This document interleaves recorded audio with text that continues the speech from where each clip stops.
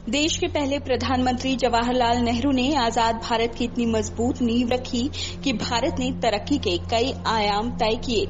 बच्चों के फेवरेट चाचा नेहरू ने एक आधुनिक भारत का न सिर्फ सपना देखा बल्कि उसे पाने के लिए जी जान से जुट गए। जवाहरलाल नेहरू ने देश हित में वो कठिन फैसले लिए जिसने भारत की तस्वीर बदल कर रख दी। आज हम आपको बताते हैं जवाहरलाल नेहरू के उन बड़े फैसलों के बारे में जिसने आजाद भारत का चेहरा बदल दिया।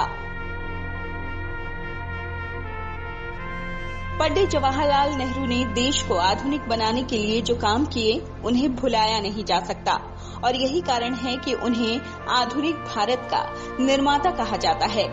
उन्होंने शिक्षा से लेकर उद्योग जगत को बेहतर बनाने के लिए कई काम किए।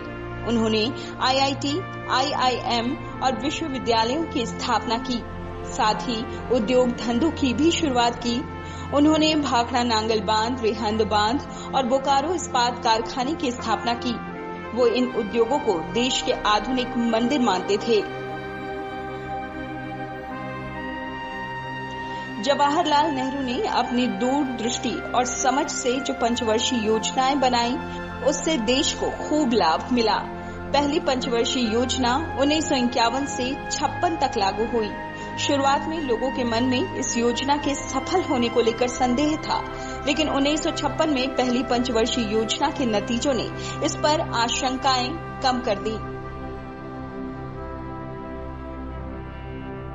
1952 में देश में पहली बार आम चुनाव हुए थे। नेहरू लोकतंत्र में आस्था रखते थे।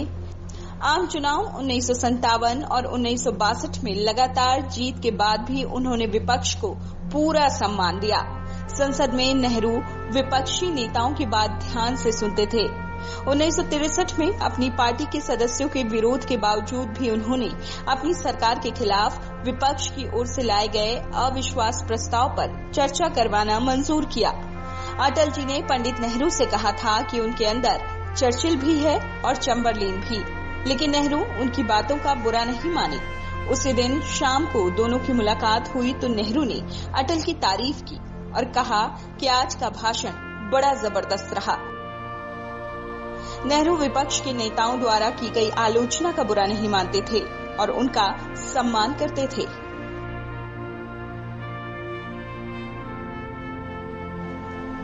जब दक्षिण भारत में अलग देश की मांग उठी तब नेहरू ने जो फैसला किया उसने देश की एकता और अखंडता को और भी मजबूत कर दिया।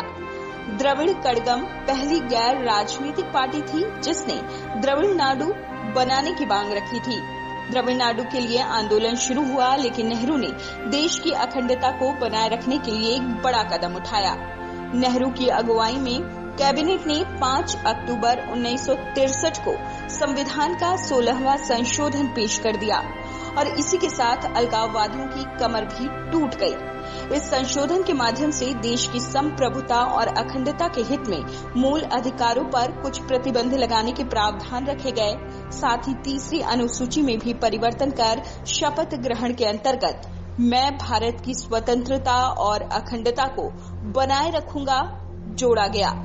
संविधान के संशोधन के बाद द्रविड़ कड़गम को द्रविड़ नाडु की मांग को हमेशा के लिए भूलना पड़ा। नेहरू चाहते थे कि भारत किसी भी देश के दबाव में न आए और विश्व में उसकी स्वतंत्र पहचान हो। जवाहरलाल नेहरू की विदेश नीति का महत्वपूर्ण हिस्सा था उनका पंचशील का सिद्धांत, जिसमें राष्ट्रीय संप्रभुता बनाए रखना और दूसरे राष्ट्रों के मामलों में दखल न देने जैसे 5 महत्वपूर्ण शांति सिद्धांत शामिल थे। नेहरू ने गुट निरपेक्षता को बढ़ावा दिया। गुट निरपेक्षता का मतलब ये है कि भारत किसी भी गुट की नीतियों का समर्थन नहीं करेगा और अपनी स्वतंत्र विदेश नीति बरकरार रखेगा।